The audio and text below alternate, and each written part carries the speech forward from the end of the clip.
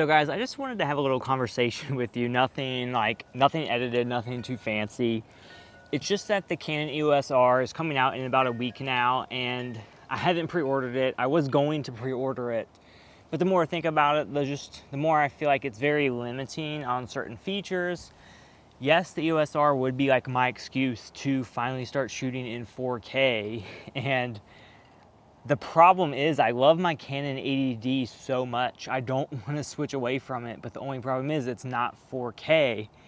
And no, I haven't tried Sony or Panasonic, but I just really love the Canon menu systems. I love the flip out screen. It's very easy to use. The 24-70 f2.8 lens is more than the body of the camera, but I really think it just makes my shots and my images look really good. And if I switch to Sony or Panasonic, I would not have that lens, which I just love. I love Canon color science. So the EOS R really did excite me for all of those reasons. I can use the lens with an adapter. It should be using autofocus perfectly with an adapter since it's a Canon adapter and Canon camera. The only problem is the EOS R shoots in 1.7 crop, which isn't a huge deal, because right now I'm shooting with the 80D, which already has 1.6 crop anyway. So 1.7, what's another 0.1, you know, it's just gonna zoom in a little bit farther. But my thinking is my 80D is like a $1,000 camera. The EOS R is over $2,000 without a lens, so I'm paying double. I kind of want the full frame aspect, you know, when I'm recording in 4K. That's kind of what kills me. And also the EOS R, it has a different lens mount, so it's not like I can use my 24-70 natively anyway. You have to buy an adapter, but you can buy adapters for other camera brands as well to allow your Canon glass to fit on it. So that just gets me thinking, like, the EOS R could have been the perfect like 4K Canon mirrorless camera with a flip out screen to compete with the other camera brands. But the fact that you're limited on 4K recording with the crop, and it also doesn't do 4K at 60 frames per second, it's just like from the get-go, it's not really that good of a camera. But I think Canon are it's kind of like that brand where they don't really care to be the highest specs. So a lot of people won't really go for it, but then people will get the camera and really love it. So I'm thinking maybe the EOS R is going to be like that, where people are going to pick it up not really expecting the world, but then what sells it is the user experience, the color, like the feel in hand, basically things that you can't really put on a spec sheet, where the Sony and the Panasonic cameras, they sell because they have good specs, you know, 4K 60 frames per second, no crop or minimal crop in 4K. Whereas Canon is just things like, you know, ease of use, feel in hand, Canon color science, like all of those things. It's looking for like the perfect 4K camera is really hard in 2018. No matter what you get, there's going to be some type of downside. So like the Sony cameras are great, but they don't have a flip out screen, and I really want one for ease of use with filming. The Panasonic GH4 and GH5 have the flip out screen, but they have a micro four thirds sensor. So going from the 80D, that's a downgrade in sensor size. So theoretically, like low light performance and depth of field should be worse. And then, don't quote me, but I did hear that the new Panasonic full frame cameras coming out in 2019 aren't gonna have a flip out screen. So like I was waiting for those possibly, but a flip out screen may seem like the most basic thing, but you would not believe how like just easy it is. Like I'm probably 10 feet away from the camera, like no joke, but I can see that my head is being tracked. I can see the audio is working. Whereas if I didn't have the flip out screen, I would have to bring out an external monitor, just another thing to connect, charge, make sure it's working.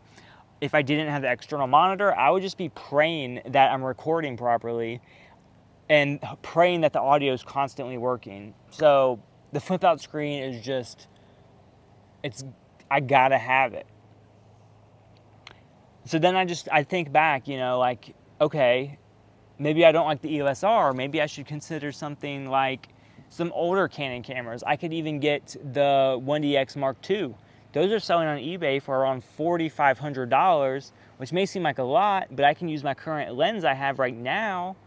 Whereas if I got the EOS R, if I got it with a kit lens, that's over $3,000.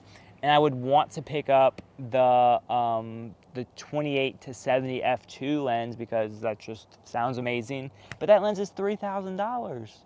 So buying the EOS R, well, that may not be like the best camera out right now. I think if I bought it, I would be basically investing into a system that hasn't even matured yet.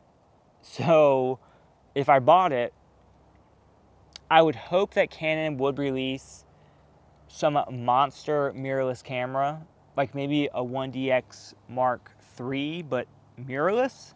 So really just video based. If they could make, so you know how we're waiting for the Sony A7S Mark III, like how that's a video focused camera.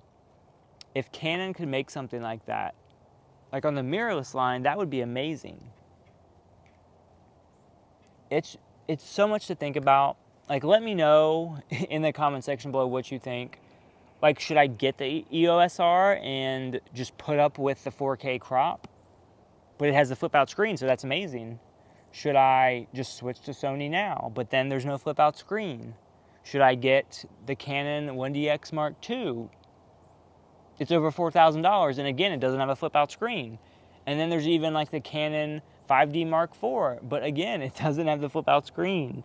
And then not to mention the 1DX and the 5D Mark IV had that crazy motion JPEG codec. So you have to use CFast cards, and the sizes are ridiculous. Whereas the Canon EOS R has like 400-ish megabits per second, not motion JPEG, so a really detailed image. And that also brings me to another point. Sony cameras right now only film at 100 megabits per second, whereas the EOS R films at over 400 megabits per second. So while you may be zoomed in a little bit more, it could be potentially a better image. I'm just talking like back and forth theoretically, guys. Like, this is just a huge conversation. And then the EOS R, like, yeah, it has crop, but do I really care? I can just move my camera farther back. I don't do like cinematic landscape mountainous shots. I don't really have much need for a wide view. But then I said if I'm getting a full frame camera, like, I should expect it. I don't know. My head is hurting, like, thinking of the pros and cons of every single 4K camera out right now. So that's where I just want to have a conversation with you guys. Like, let me know what you think. Should I get the EOS R? Should I leave Canon completely and maybe just get the A7 III? Should I go crazy and get the 1DX Mark II? Should I wait, see what comes out in 2019? Do I go insane and look at the Canon C200? I don't know. Let me know your thoughts, guys. I'm very interested to hear yours. Just want to have a conversation. Have a great day. See you later. Bye.